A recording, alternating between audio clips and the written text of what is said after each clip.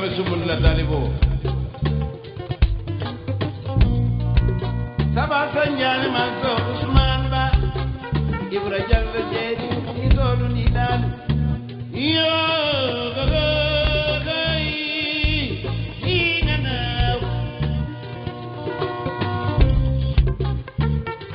Good afternoon, ladies and gentlemen. Welcome back. As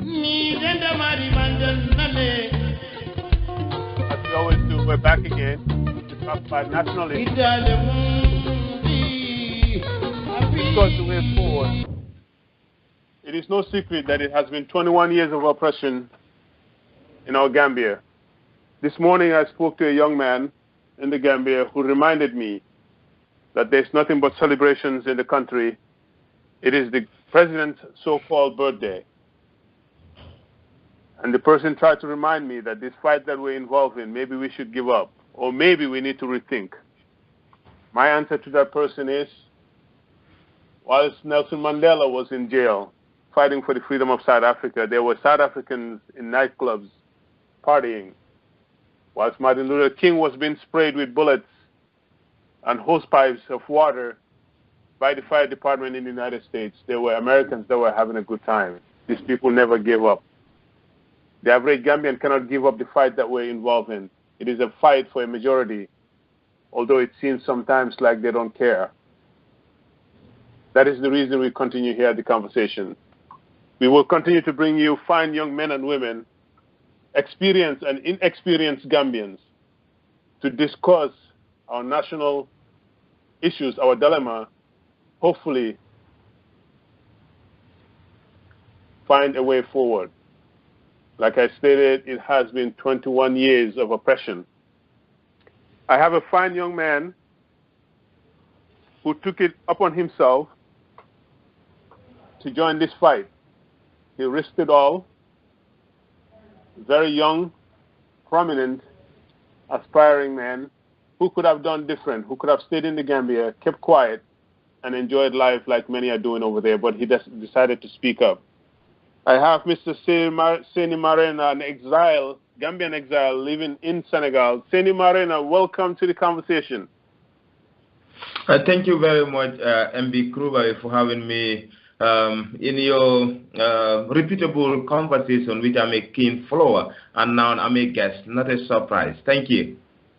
Thank you, Sainey. I have to say, when it comes to you, I'm very impressed. Before we really got to know each other, you were one person I followed, not because of anything, but just because of how you handle your profession as a young man. Whenever you're at that mic, whenever I see you doing your little assignments, you remind me of professionalism as I know it. You respect the job that you do. And, I really I'm flattered that you've accepted an invite to come to the conversation. Once again, the goal here is very simple.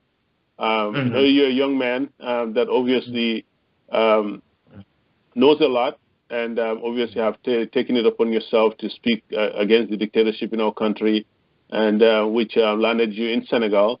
I wanted to just, talk to you about life in Senegal, as a journalist, what you know, and hopefully discuss some of our national issues. But like I always do with all of our guests here, I just want you to take a quick second, Mr. Marenah, and just introduce yourself to that person that doesn't know who Sainey Marenah is, what part of the Gambia you're from, and how, what schools you went to, and to the point where you became a journalist.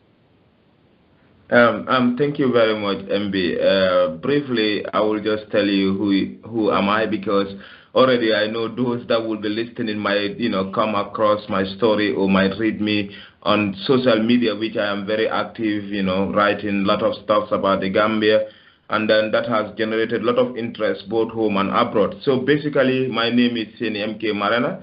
I am a Gambian like anyone, born in Kudang, southern part of Central River Region, Nyamina East. I school in Kudang at my tender age, then moved to Armitage, where I completed, and then since I completed, as they said, from the classroom to the newsroom. So I completed the same year, and then the same year when I completed, I went to the newsroom. I started with Today newspaper, then to the Point newspaper, where I work as a senior judicial political correspondent, and I do a lot of write-ups on politics, which landed me this problem I am currently facing in exile. So basically, from Armitage, I joined the newsroom, worked as a journalist for the Point for 6 years, and then worked with the Standard until it was closed in 2012. If you remember, Standard is owned by Sarif Bojang, who is now a spin doctor for President Yahya Jammeh. So basically, that's me, and I have a passion for journalism since I was going to Armitage. I used to be part of what is called the Current Affairs. Current Affairs is just like a news bulletin. We do weekly news reporting about issues affecting students on campus and outside the town. So that's why I get my inspiration to be a journalist. And since then, I have been very active writing, and of recent, I have been a broadcast journalist. I host my own show on Diasporium called MK The Hard Talk. So, and I also am a regular contributor to most of these international media organizations. If you recall, when the uprising began in Gambia in mid-April, I spoke with various international media about the situation back home. So basically, I am a journalist, but with a passion for activism. I am doing more of activism now because I feel that speaking against injustice back home is a fundamental requirement for us, or is something that each and every Gambian should do, because we all know 21 years of Jammeh dictatorship is showing no sign of abating. So I feel that, as a journalist, I had a wide followership, and then people follow me and they respect what I give them. So I have endeavored my entire life now to ensure that the situation back home is changed for good, because Gambians cannot be governed with iron fist for 22 years. Enough is enough. So basically, that's me. I am a young guy. I'm just I'm celebrating my 30 or 29 years.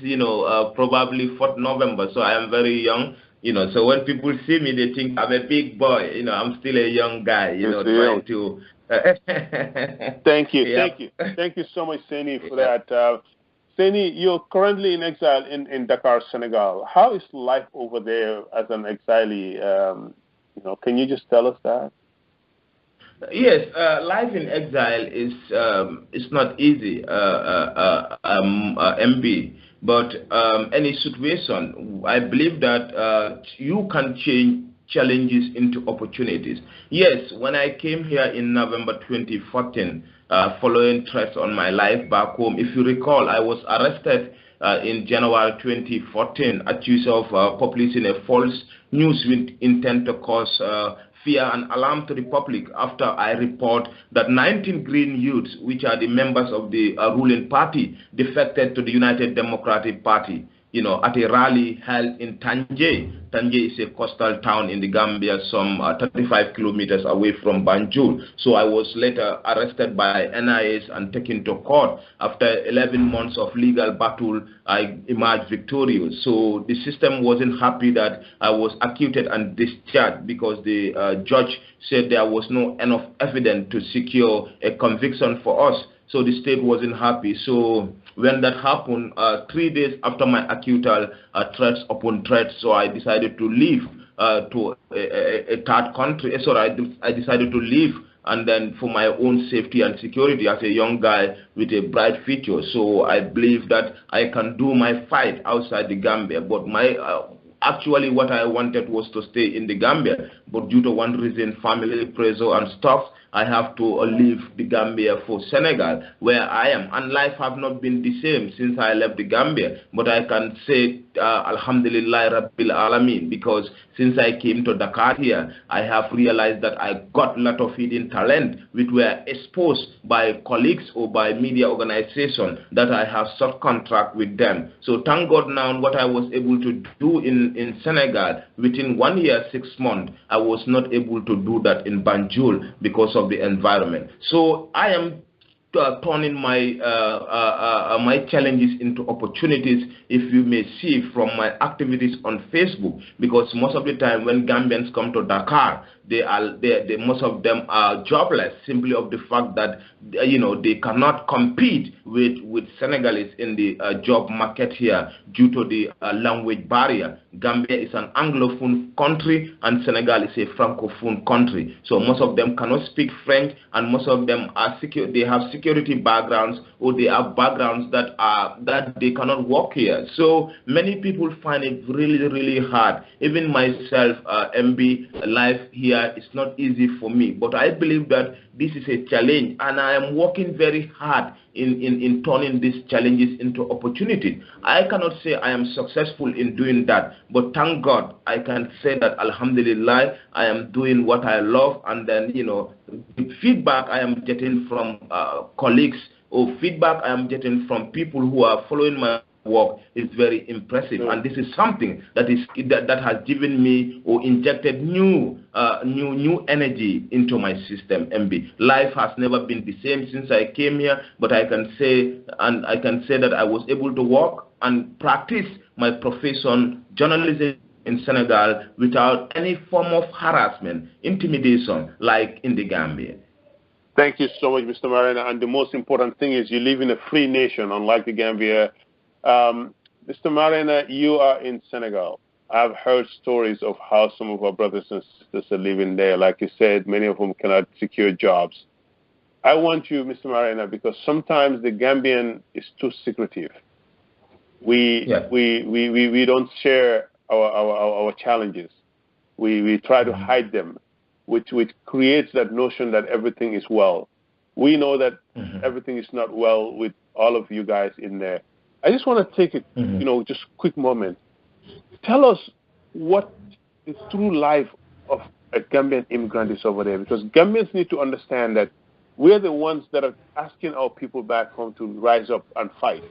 That when the likes of you fight and you end up into exile, you leave that kind of life over there, that part of our responsibility is also to make sure that we support you guys.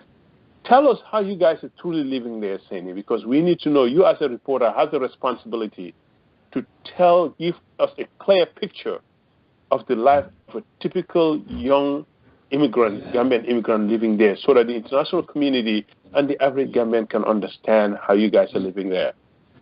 Thank you very much, MB. Life in exile for Gambian here is not encouraging.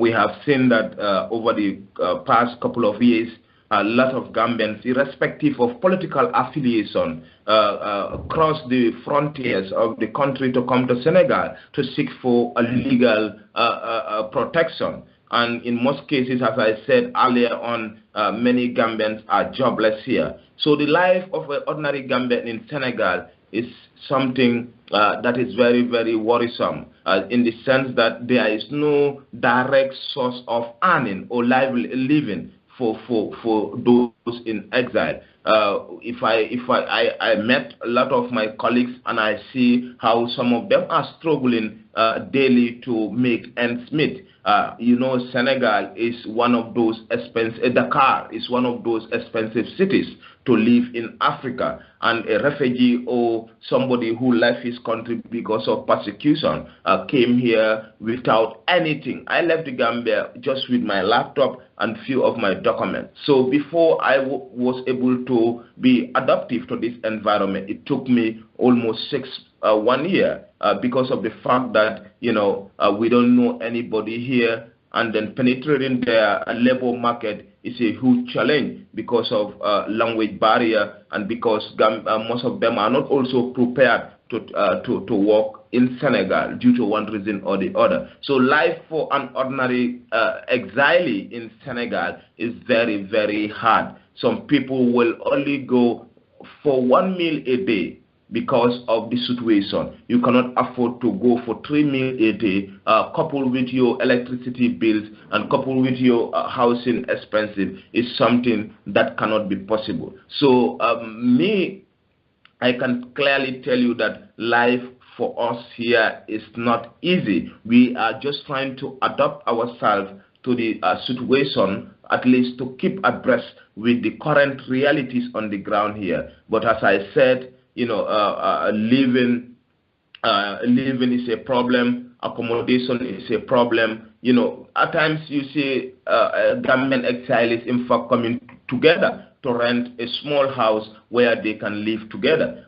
Without that, you know, it will be very difficult for each and every one of us to rent a separate apartment or a separate room to live because of the economic situation we are facing here. So life for an ordinary Gambian here is just a hell. But thank God that we, Gambia and Senegal, you know, we share so many things in common. We are neighbors. We speak at least the same languages, and you know, we intertrade, we intermarry. So the reception from the Senegalese is also not very harsh. That has also helped us because they help us to assimilate with them, at least to learn from them. They learn from us. But you know, that alone is something. But life for us, I must repeat again, life for us here is not easy. It's very, very difficult. It's like survival of the fittest. At times you might get some support from family. You might get support from friends. Or you might in fact get support from organization. But that support is never sustainable, simply of the fact that it does not last long. You know, you can receive support today and the next day you cannot have support. So these are some of the things. But I think Gambians also in the diaspora should come in that aspect to also help their brothers, especially those fighting genuine cause back home, and they cannot. Excuse me, MB. Thank you. Go ahead. Yeah. So I think, you know, that is also something very important. Like Gambians in the diaspora, we should be each other's keeper. Today, if today is MK's turn, tomorrow might be somebody's turn. So I think we have to put in place mechanism to help those Gambians who were doing very well back home. It's because of their stand against dictatorship. Some of them found themselves in Dakar. I think those people need to be supported, and then, you know, if they are supported, that will in fact help them to do more in terms of fighting the regime. What happened to them? Most of them, when they come here, they hardly talk about the system because of fear, because of the culture of fear. We have received report that Jammeh keeps sending in spy agents in Dakar to monitor the activities of some of us. So these are all fear factors that is in fact making Gambians to run away from each other. Hardly Gambians visit each other here because of that fear factor. People believe that Senegal is being infiltrated. Senegal has been penetrated by Jammeh spies. So these are all things. But I think we can bridge this gap. How can we bridge this gap? We have to organize ourselves, you know, encourage each other, and make sure that, you know, we know that we are all having a common enemy, and that common enemy is Yaya Jammeh. But the problem here is that people don't trust each other, and I must tell you, I must be very frank to you, people don't trust each other here because of that fear factor that some Jammeh can use someone against, you know, another person because of a selfish interest. So these are some of the challenges ordinary Gambians living in exile here, from monetary challenge to this fear factor. MB. Thank you so much, Sainey, for that endeavor, because I think it is very important for the average Gambian, especially those of us that are in the diaspora. Although we all have responsibilities, but I think it is only Gambian, and it is only right that the cause that we're fighting, that the people that are on the ground, if they fight that and they find themselves outside, that we at least every once in a while look back to them and support them. And I think Gambians in the diaspora need to really look to our brothers and sisters, especially in Senegal. I'm not saying, you know, take care of their daily activities, but if we all individually or even as a collective group come together and see what we can do to at least build some kind of a support system for them over there, I think it will be very, very, very, very, helpful. It will also strengthen our fight, because you all are doing an excellent job there. But Mr. Marenah, you talked about the Standard, that you worked at the Standard Newspaper. You worked with Steve Bojan, who is the current Minister of Information for the Jammeh regime, somebody who has also been a victim just like you. Unlike Mr. Bojan, you did not compromise your standards. You decided to stand up, and, you know, regardless of what the cost is. Sirif has decided to cave in, and he has become part of the regime that is obviously helping empower Jammeh and continue the oppression in our nation. How do you reconcile the fact that your former boss, the one that you worked for, and you're in exile, and today he's the Minister of Information? How do you reconcile that? And let's say Sirif Bojang is listening. Do you have a message for him? It's simple. I keep sending Sirif message. I keep telling him until now he has been ignoring me a lot, because I will tell him the truth, a blunt truth on his face, and he will not respond to it. So my message to Sirif, I'm not surprised, because in 2012 he established the standard in 2010. So in 2012 I joined them, from the point, and then I joined them because I feel that it's an opportunity for me to learn from Sirif. Sirif is a good journalist, if you recall. Just that he is now Sirif used to be a very good journalist, because a good journalist is somebody who has principle, and he will never compromise his principle. So I can say that he was a good journalist, but not now, because he's working with a regime that is bent on killing people. So for me, working with Sirif, then was source of inspiration for me, because I feel that I could have learned a lot from him, from his experience. But later, when I came into exile, I realized that he was appointed the Minister of Information. I was very, very shocked to learn that Sirif has accepted to serve as Jammeh's mouthpiece. Considering the fact that, and considering what Sirif was telling us then, Sirif was telling us all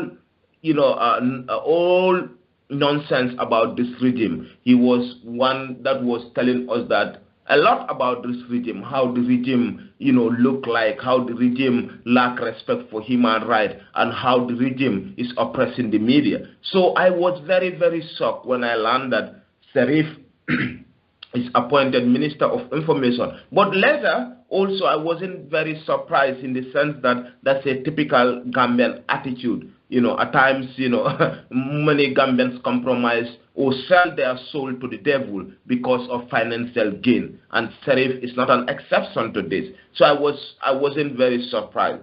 So later I realized that Sirif is trying to cover up most of the dirty job that Jammeh is doing through media interviews or through press releases, trying to refute certain allegations against the government. So my message to Sirif is that he should realize that Jammeh regime is coming to fall, and it's high time for him to resign, peacefully as information minister or otherwise, because his credibility is already in tatters. So for him to go honorably is to resign. Otherwise, it's getting too late, and the system is falling, it or not, MB. So basically, Sirif, I work with him, but what he was telling us then and what Sirif is doing now, these are two quite different things. Different things. Thank you so much, Mr. Marenah. It seems that you're coughing over there. You want to take a quick break to get a cup of water? Are you okay? Yes, let me just take a hope it will not distract the interview. I will just take a quick music break, and then I can come back in like a minute or so. Okay, please, right. That's okay. Thank you, ladies and gentlemen. That was Mr. Sainey M.K. Marenah, a Gambian exile in Dakar, Senegal. We will be right back.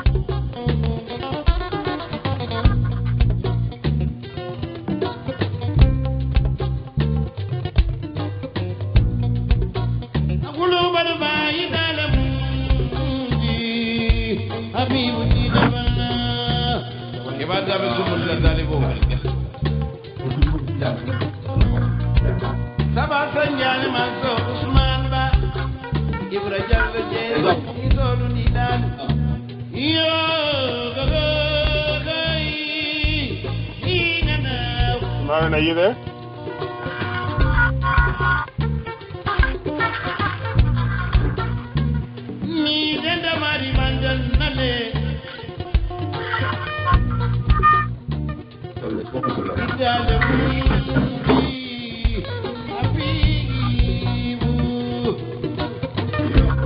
Thank you, ladies and gentlemen, and welcome back to the conversation. Again, we just took a quick, short break there to allow Mr. Marenah to get a cup of water. And Mr. Marenah, are you with us? Hello, Sainey? Mr. Marenah, are you with us? Yes, Krubally, I'm here. Thank you so much. I don't want you to pull the Badibunka trick on me and eat in the background and, you know. But Mr. Marenah, we were talking about your boss, your former boss, the current Minister of Information, Mr. Sirif Bojang.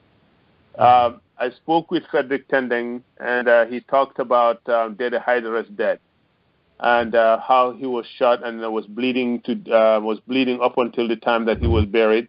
And we all know that part of Deyda's death also had to do with a book that Sirif had released, and he wrote the preface about it, and the government wasn't happy with Deyda's work. Can you tell us a little bit about Deyda Hydara and what you know of his death, and and also his involvement with Sirif, and the fact that if Deyda were alive today, how he would feel that Sirif is now serving as the information minister that is in this regime? Thank you very much, MD. Thank you again. I unfortunately, when I started working at the point in 2008, then Deyda was already assassinated. But the legacy, I felt it when I stepped my foot in the newsroom of the Point newspaper, and still the legacy is there. So Deyda, I learned a lot from him through his writing, and also through his advocacy for freedom of the press and freedom of expression throughout the Gambia and West Africa and the world at large. So Deyda was somebody who has a passion for journalism, who has a passion to see that the voices of the voiceless and the defenseless are heard. And this was one of the reasons he was assassinated in a broad daylight by the agents of dictator Yahya Jammeh. And since then, journalism has never been the same in the Gambia.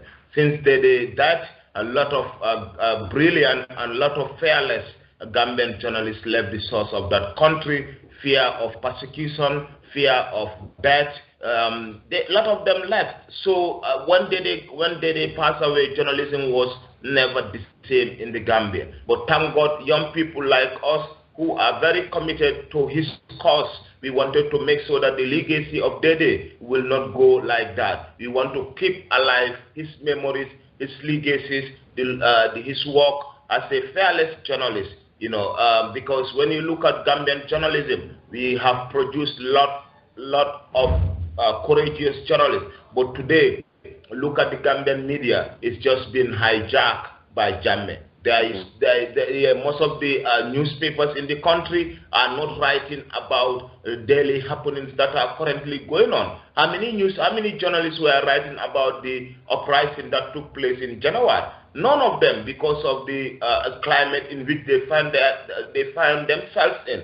If you remember, Gambia is one of those countries in the world that has draconian media laws that muzzle the press, that curtail freedom of expression. And this was what Deyda Hydara stood for. This was what he fought for. If you recall, Deyda took the government up to the court. They fought these media laws in the court. At the end of the day, they were unsuccessful because the government went all out to ensure that, the press is censored, the press is muzzled. So basically, the government killed Deyda Hydra because he stood for something that many Gambians dare not to stand for. So his relation with Sheriff Bojang, I might not say a lot about it because I'm not privy to their information or their interaction. But what is clear is that the legacy of Deyda Hydra has not been respected by Sheriff. If what Deyda believe, if Sheriff believed that, he would not have the guts to work with dictator Yahya Jammeh. So I can say the purpose of Deyda's legacy, talking about Sheriff Bojang, has been defeated because Sheriff, was not there to ensure that what Deyda stood for is continued. Is continued. So this is the problem. So for me, I believe that the killers of Deyda Hydra will one day be brought to justice, and then those who committed those serious crimes, including the president, will live to regret their actions because they have killed somebody whose contribution towards the development of the press in Africa and the world at large has been, echoed by everyone who knows Deyda Hydra. Thank you. Thank you so much for that, Mr. Marenah. I think it is very, very important that Sheriff understands that, the government that he's working for right now is the same government that is responsible for the death of Deyda Hydra, someone he has worked with, someone he learned from, one of the finest journalists that our country had produced, and hopefully one day that Sheriff will be confronted and challenged as to why he didn't continue the legacy of Deyda Hydra like many of you guys, the Padre Mbais, the Frederick Tendens are doing out there. But Mr. Marenah, as a young journalist, sometimes it is very important that we communicate with the young of what the expectations are. You have obviously given a whole lot. You're on exile right now. I want you to talk to that young journalist in the country right now who is thinking about speaking up, who is thinking about doing what Sainey Marenah did. What do you want to tell them? How can you coach them as to how they can work in that country without being detected? And any words of motivation for them? And can you talk to the young graduates out of the Gambian College to show them the importance of having to really play their role as citizens of that country to fight the dictatorship over there? Thank you, MB. My advice is always simple. They have to believe in themselves and believe that there is a cause to fight for, because fighting injustice is like a form of inspiration. To me, since I was in the Gambia, those who know me will tell you that this young man will have a problem with the reading, because I care less about what people perceive of our profession. What I believe when I was in Banjul is to speak against all the wrongdoings that were going on. And despite that, I faced challenges even from the newsroom because of those draconian media laws. At times I will do my own investigations and the editor will tell me, hey, MK, do you think this article is fit for publication? I will tell my editor, yes, it is fit for publication, and he himself will admit that. But because of the environment we found ourselves, he think if such articles are published, it can land the newspaper into trouble. So those were some of the things I was doing, and I have been encouraging a lot of young people, and I have mentored almost 5 young Gambian journalists who are currently working in the Gambia, and I am proud of them. Despite the environment they find themselves in, they are still doing a lot. I have been invited by the U.S. Embassy through their resource center, the American Corner, to deliver a series of lectures on during World Press Freedom Days or during leisure time. I inspire a lot of students from Gambia College, students from Sebek International, students from those secondary school. So, and many of Gambian youths want to practice journalism, but the problem is that they are fearful of the environment in which they will find themselves. But what I will tell them is that we owe it to the community we come from. We owe it to the nation we come from. So taking a job like journalism is a big sacrifice. MB, if I tell you, when I graduated, most of my colleagues went into banks.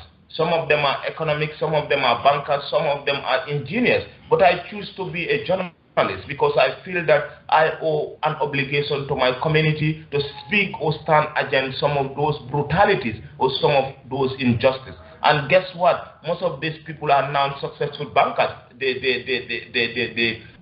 They own compounds, they have money. But look at me, I am still practicing. I cannot, in fact, have my own compound. And this is one of the things that discourage a lot of young people because they look at Gambian journalists. How many of them are successful? I mean, economically, only few. So they will say there is more threat to your life than monetary gain. So most of them will quit. You will see some people who come into journalism for 1-2 years. At the end of the day, you ask for them, they quit the game because they feel that journalism, encourage more trouble than freedom we think of. But I say the opposite. Because if you took up a pen and a paper, you have taken a commitment to educate, inform, and entertain. And this is basically our traditional role. But most of them feel that Gambia is not a place for journalists. But we have to fight it because if Deyda sit down and watch the government to bring in those draconian media laws without challenging, at the end of the day, it will make our work very, very difficult. That is why others have to sacrifice for others to enjoy. This is something that has been going on for a long time. Our grandparents sacrificed a lot for us to live in a life we are in. So we also owe it for generations to come to fight for their cause, for us to live in a better world. So my advice to my colleagues or young ones that wanted to come into the profession is that come in and make a change. Yes, we can make a change. And how do we make change? We have to be committed, we have to be courageous and do what is expected from us.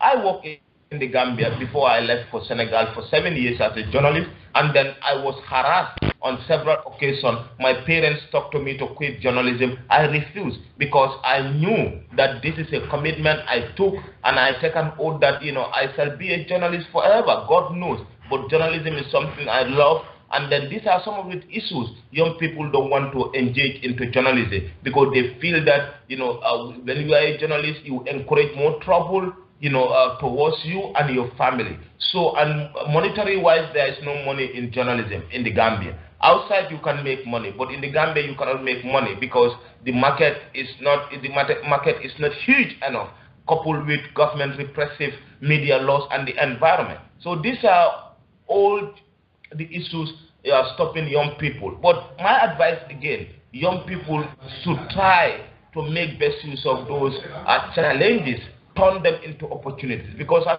I said, I always make best use of situations. Like challenging times, I make best use of those challenging times to turn them into opportunities. And Obama said, yes, we can, and yes, they can, provided that they put these things into their forehead, that, with determination, with commitment, with courage, you can take mountain. And then journalism will be something that, will be a person for each and everyone who took up this advice, to be courageous, to be committed, and to be determined. If you are able to put this thing at the back of your mind, trust me, you will be able to make, despite all the problems we face. Because Gambia, to be frank, it. If Gambia was a place for journalists, IMK would have remained in that country. I would not have been in Dakar here. But Gambia is a worse place, hell hole on earth for journalists to practice. So these are some of the reasons. And since 1994 to now, hundreds of journalists flee for safety reasons due to persecution. And this has sent a very bad signal to those that wanted to engage into journalism practice. Thank you so much, Mr. Marenah, for that, because I think it is very important for us to continue to inspire the young and to let them understand that is also a role, because the media is a very important part of what we're trying to do here, fighting dictatorship. It is the responsibility of the media to inform people, and Gambians need to understand that the role that the media is doing, the importance of not only protecting you guys, but to also support you guys. Mr. Marenah, when you were a reporter in the Gambia, do you know of any killings or any tortures that has happened over there that you can share with the Gambian people, or any form of abuse that you were privy to as a journalist? Yes.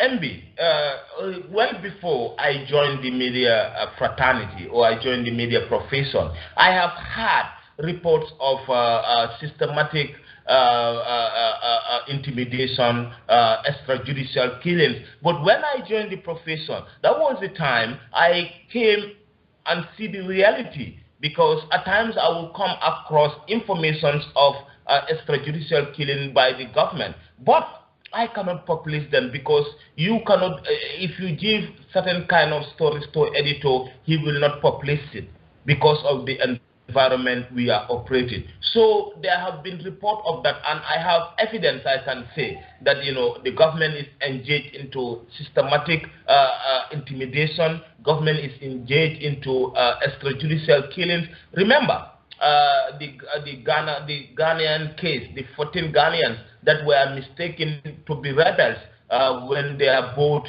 lost in the ocean, and then it docked somewhere around Brufut. They mistaken them for rebels or for people who wanted to attack the country. So these people were brutally killed. I spoke with a security officer who is currently in fucking exile, but then we were all in the Gambia. He told me plain that these people were killed extrajudicially, and they were thrown into wells somewhere, thrown to animals. So that was one classical example of extrajudicial killing that the Gambian government has committed. Second one, the August 2012 execution. I spoke and I interviewed a man who was jailed for 24 years and later released during that mass release of political prisoners in Banjul last year. He told me in an interview that he has seen security officers putting marks and and taking people from their cell, and they never return, and most of them have been killed. He told me that he used to clean blood, he used to clean the cells of those that are tortured, and he used to help prisoners who couldn't in fact stand, or who couldn't in fact help themselves in the prison because of serious torture meted out to them. So these are all classical examples or evidence I can say I had from people I interview, and then these people are part and parcel of the system. So basically, that is not something new. Then when I was going to school, when I used to have that Jammeh used to kill, but hardly I believe. But then when I completed school and become a journalist, that was the time I came face to face with the reality back home, that this man kills, and it's true that he kills. There are enough evidence to link him to most of those brutal killings that have taken place in that country. Even 2006, the Daba Marenah case, he was thought to be taken to Janjambure prison when the Dakar somersaulted, while in the actual sense these people were extrajudicially killed and then dumped somewhere in Banjul. So it's not one, it's not two, it's not three. So killing in the Gambia is an ongoing process until we Gambians wake up from our slumber, organize ourselves, and make this fight a common fight for each and everyone.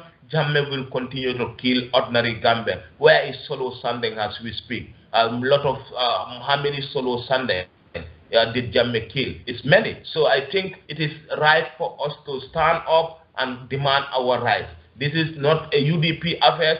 This is a national issue that each and every Gambian must be proud to be associated with. Thank you so much, Mr. Marenah, for that in-depth answer there. You just talked about solo standing, something I was going to address.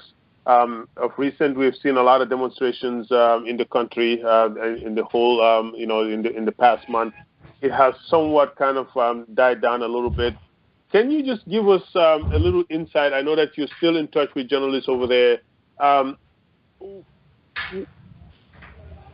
as to your take on what's happening on the ground. Can you inform the Gambian people of what you know is happening on the ground, what the future holds? I understand that you're all in Dakar over there, also working on something else over there. Can you just divulge into that a little bit? Oh, okay. The protest, we understand, started, it was in twofold. The first protest led by Solo Sandeng, who is the Youth Secretary General of the United Democratic Party, was reportedly killed, and now it's confirmed that this guy has died due to tortures inflicted on him. And it all started on 14 April when Solo plus some group of Gambians feel that they should demand their right peacefully without resorting to arm. They walk in the streets of Serakunda down to Westfield with banners demanding end to dictatorship and also demand for electoral reforms. And these people were met with serious repression from the security agent, resulting to the arrest of over a dozen of them. They were never taken to court for almost 2 weeks since the protest. So Dabo, dissatisfied and angry with the reaction of the state, went into demand Solo body dead or alive. And the same thing that happened to Solo Sunday, was the same thing that happened to Dabo. So as we speak now, more than 50 people have been arrested and taken to court, and the situation is very fragile. I will never say that the protest died down, because still people are very courageous, people are very angry, people are out, and they wanted to ensure that they teach lesson to Jammeh and his talk that Gambia belongs to all of us, irrespective of who you are. So basically, this protest that happened on the 14th and 16th is something that has been very rare. If you recall, April 2000, when students also went out on the street demanding investigation into a rape allegation of a colleague and the death of one Ibrahim Jallo, a student. The same thing happened. 14 students, peaceful students, were massacred broad daylight. And since then, Gambians have never taken to the street. One will surprise, after 16 years, why are Gambians taken to the street, considering the fact that Jammeh uses security to stay in power. So it shows to you that yes, everything is time. And when people say it's time, they mean time. And that is exactly what Solo Sunday and his comrade did to rescue the Gambia from the clutches of tyranny. So the protest, I think, is a very fundamental thing. It's in the history book that people peacefully went out to the street to demand for their fundamental rights to be respected, to demand that they want a political rights and freedom for everyone. At the end of the day, the government, we all know, is brutal, respond in a very, very harsh way. And still now, the news I am hearing from people back home is that government is deploying tactics to delay this case, because we are already in an election year, and the election is December, and possibly, if you don't mind, there will be no election, considering the political situation right now. So I heard that government is trying to deploy a delay tactics because the Nokoi and Solo case has now been moved to Mansa Konko. And remember, where was the protest held? The protest was held in Westfield and Serakunda area. And constitutionally, that place is under the jurisdiction of Banjul and Kanife. So why are you taking that case to Mansa Konko to try the accused person? So I think this is one of the points, in fact, the lawyers for these peaceful protesters should argue in court, that the Mansa Konko court has lacked the legal authority to try these people, because the offense committed is outside the jurisdiction of Mansa Konko court. So yeah, so these are all delay tactics that the regime is deploying to keep UDP and cohort at bay, and this will not happen. My message to Gambian is simple. This is a national issue, and the youths are the most vulnerable segment of the society in the Gambia. How many young people have left the Gambia over the past 2 years seeking for greener pasture because there is no employment opportunities back home? So now young people are the ones who are feeling the brunt of this rule. So I believe that they are the ones who should in fact lead this revolution. I am sorry to see that women are the ones leading this revolution now. If you recall the Kalama revolution, which is something which is very, very rare, and it's spearheaded by women. So young people should take ownership. Let them come out and show solidarity, but not only show solidarity, send the message to the regime that we will not accept to be intimidated for over 20 years. We will not accept to be to pay prices of what we have not done. So young people should come together, organize themselves, and we have to challenge this regime. Anywhere we are, whatever we can do as young people of our country, we must go all out to challenge the barbaric regime of Yahya Jammeh. So basically, it's a very sad situation, a very trying time for the family of those who are detained for peacefully exercising their fundamental right. And then it is now, the responsibility of Gambians to show solidarity with these people, because these people were not many when they went to demand for electoral reform. Hadn't been they succeeded, we would all have enjoyed the freedom they fought for. But now they have been arrested, some have been killed, and Gambians are sitting in their comfort zone, thinking that there is nothing, thinking that everything is all right, while we are living in a mess. So this is something that worried me a lot, and I keep talking about this even on my program, that people should change their attitude and know that this case of UDP is above UDP, or is no more UDP case, but a national issue. MB. Thank you so much, Mr. Marenah, for that. Now, I know that you're in Dakar, Senegal. Things are happening in Banjul. What is the average Senegalese saying about what is happening in our country, just so that we can get a pulse of what the citizens think? That we know, obviously, the government, sometimes it's so hard to read into government's actions, with Macky Sall as the chairman of the ECOWAS, and also a president who has to deal with Yahya Jammeh over there. But again, when it comes to national issues, then it gets a little complicated. What does the average Senegalese think of what's happening over there, and what are they saying in the streets of Dakar? Very good. Thank you again. There has been a mixed reaction. When I say mixed reaction, is that, but majority of Senegalese reaction towards Gambia is that Gambians should do this fight. What do they mean Gambians should do this fight? What they say is that Gambians are scared of Jammeh, because if they want if they want how Senegalese are living, for them to live in the same situation, they must do their fight. But in another way around, Senegalese are telling us that yes, we can help you, but you have to take a lead in fighting the regime. And which is very clear. When I go to the shop, or when I board taxis, meetings, if I say I'm a Gambian, what majority will tell me, Ana Yahya Jammeh, where is Yahya Jammeh? And the reaction will be, Yahya Jammeh is there. And they will tell me that you guys are scared of Yahya Jammeh. Yahya Jammeh has been ruling you guys for 22 years, and we were told that there was a protest that he cracked down on people, and then, in fact, some people have died. So ordinary Senegalese are in solidarity with us.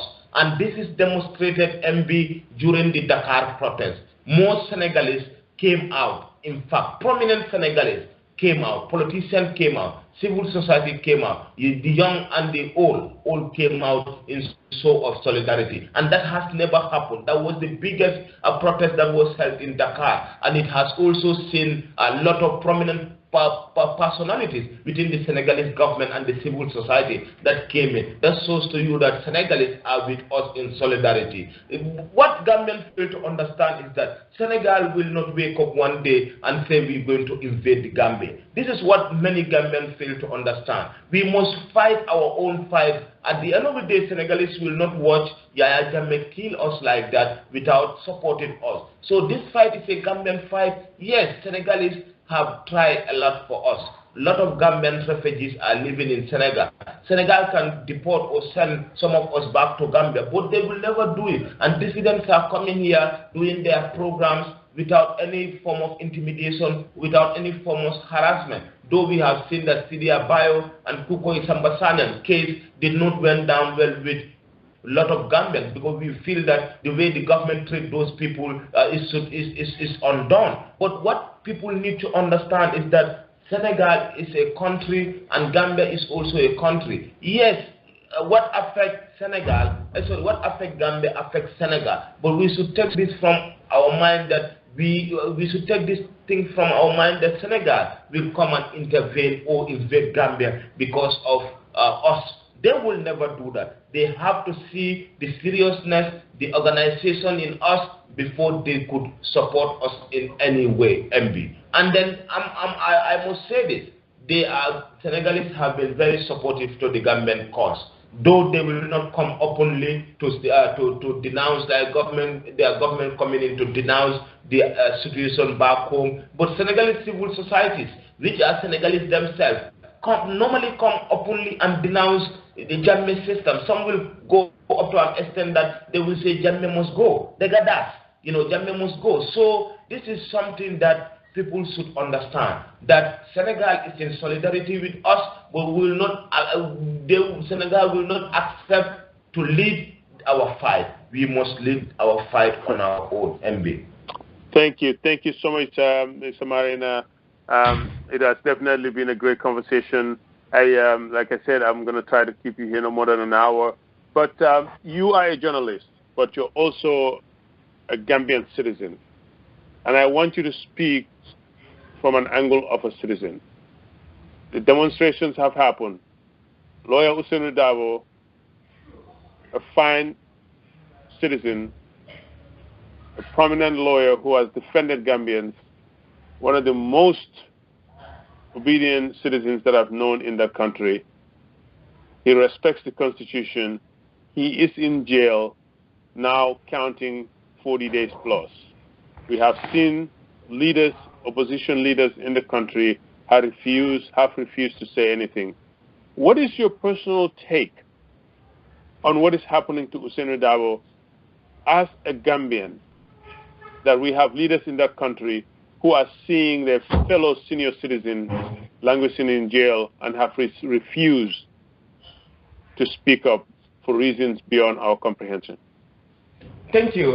It's very rather unfortunate that our opposition leaders that are supposed to serve as role models in our political dispensation have defeated the very purpose of their creation, simply of the fact that Gambian opposition have been disintegrated, and the unity call that they have been calling is just by words.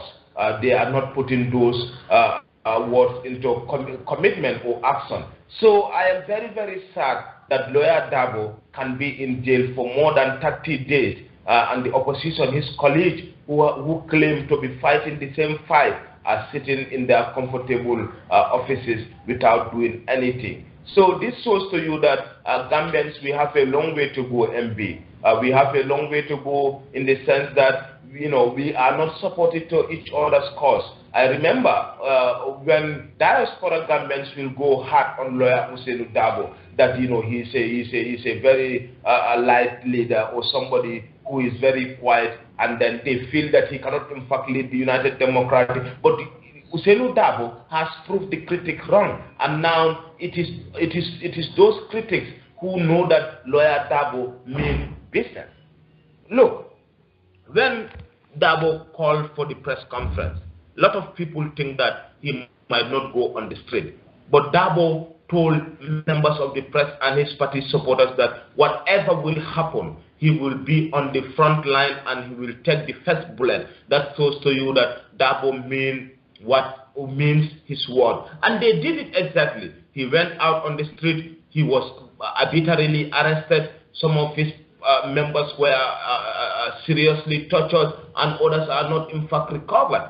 You understand? And now we believe that the cause that Dabo was fighting for was for electoral reform. And guess what? This electoral reform did not only affect the United Democratic Party, but it affects all the opposition party. So somebody doing a fight for you, you cannot in fact show solidarity with him, during his trying time, but instead trying to undermine the efforts of that individual. So that is something that is very, very worrying and is very, very troubling. My message to the opposition is that Gambians have lost total confidence in them, and if they fail to act, I repeat, we will not have any opposition again, because this is the time that the opposition parties should come together and rescue the Gambia from the clutches of tyranny. It's better they come together and continue the fight that lawyer Dabo has started. But unfortunately, they are all sitting down, not doing enough to see that Dabo and co are released from jail and the demand for electoral reforms are met. So basically, the Gambian opposition, they still have chance. Let them put their house in order and complete the job of lawyer Dabo. Otherwise, otherwise, history will never forgive each and every one of them, including Hamad Ba, including Halifa Sallah, Omar Jallo, Sidi Ajata, my party, Henry Gomez, you name them. All these people owe you to the Gambians to come together and fight a system that has destroyed us for the past couple of years. Thank you so much, Mr. Marenah, for that in-depth analysis there. As a citizen, obviously, we all owe it to ourselves, and it is also an ethical responsibility that we speak to our leaders and to let them understand that their refusal to come out is a direct support of this regime right now, because in our eyes as citizens, we have to show them and inform them that they have failed us as a people. Mr. Marenah, it has been almost an hour into this conversation. Like I started, it has been 21 years of dictatorship, thousands killed, thousands in jail. As we speak, we suspect that this regime, some of the security officers, are not only torturing our people, but they're also raping our women. I want you to take a moment in closing and speak to the Gambian people, to that young man that you left behind, that college graduate, and let them understand the importance, the urgency, the need to speak up, for them to understand that we don't want for history to reveal that when our nation needed us the most, we refused to speak. Mm-hmm. For them to understand that in order for Yahya Jammeh to go, or for the abuse to stop, or for the tyranny to end, we're going to have to collectively, in masses, speak against the injustice that is happening to our country. Talk to your fellow Gambians and show them the importance of having to take that sacrifice that Sainey M.K. Marenah also took, that it is worth the fight, it is worth Gambia. Thank you, MB. As I said, this fight is not an individual fight. This fight is a collective fight that needs concerted effort from all and sundry, because today every Gambian is a victim of injustice. You know it or not, Gambians have been, a victim of Jammeh's brutality for the past 21 years. The writings are very clear on the wall for each and every one of us to see. So I think it is high time for us to put aside our individual differences and put the Gambia first and rescue the country from Jammeh dictatorship. Until then, Jammeh will keep, tormenting our people. Women have been raped in captivity, which is very un-Gambian. That is why people are in fact questioning those agents who are responsible of creating this havoc on our beautiful sisters. whether they are Gambians or not Gambian. Because what is currently going on in the Gambia is very alien to us. Well, I grew up in a typical Gambian society, and even issues like this, we never think of it. Raping a woman or beating a woman, assaulting a lady, we never think of things like that. But Yaya Jammeh has turned the country into a jungle, a lawlessness country where security forces can act with impunity without in fact remorse. So it's like Gambians have reached a state that it is now time for us to come together, forget all what we have, forget our problems, and fight this common enemy. Otherwise, before you know, you and I are already victim, and somebody the next day will be a victim. So it will be a continuous process. So I'm speaking from the bottom of my heart that my love for my country, my love for the Gambia will continue until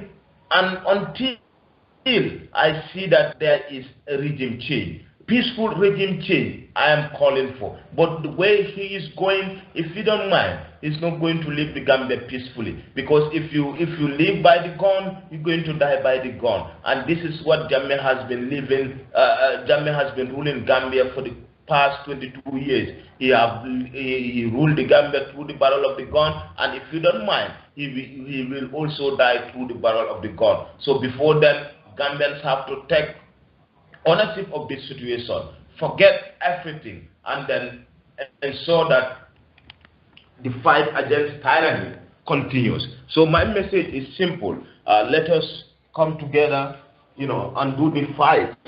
This fight is not individual. It should be collective fight, MB. Thank you so much, Sainey Marenah. Thank you for coming to the conversation, accepting our invite to speak to us. I think you've done very well. As we speak, Yaya Jammeh is spending millions and millions of dollars celebrating his so-called birthday. In that process, we have seen young Gambian men and women in the streets of Banjul celebrating with him. Many have failed to realize that coming out, helping Yaya Jammeh celebrate his birthday is not only disappointing those that are in jail, but they have, in a way, stepped in to support a regime that has killed their fellow citizens, a regime that continues to rape our women, a regime that cannot provide jobs for our people, a regime that has for 21 years not been able to bring development in that nation. It is the responsibility of the few of us, those of us that are in exile, speaking against this regime. We're fighting for the common Gambian. Somebody like you who have sacrificed it all will go into the history of our nation as someone who stood up when the Gambian was challenged. I encourage you to continue the fight that we're in, and I encourage you to speak to the young men and women, the Gambians in Senegal that are struggling today, for them to understand that the fight they're involved in, it's not an easy one. It's going to be a long fight, that they cannot give up. They must continue to stand and defend what they believe in, that we will get there one day, and we will also be a free nation. And hopefully, we pray that we all meet in Banjul one day, and we get to talk about this history that we're all making right now, fighting a dictator, a very powerful dictator. Sainey M.K. Marenah, thank you so much for coming to the conversation. And in closing, we will definitely bring you back again. And good luck with your show on Diasporium. You're doing a fine job, and we encourage you to keep up the good work. Thank you. Thank you very much, MB. It's my pleasure speaking with you. I am also inspired with the work most of you are doing, especially with the initiation of the conversation. I told you previously that you are becoming a journalist gradually, and I am impressed with your level of questioning today. Thank you very much, and also keep up the good job. The fight continues. Until then, thank you. Thank you, Mr. Marenah, and good night. I know it's very late over there in Dakar, Senegal. And it's a beautiful morning here in Los Angeles, and the day just began. It's about 11:17 a.m., and you have a wonderful, wonderful evening. Hopefully, I look forward to welcoming you, hopefully in Los Angeles very soon, and keep up good work. Inshallah. Thank you very much, and my regard to the family. Thank you. Take care. Thank you.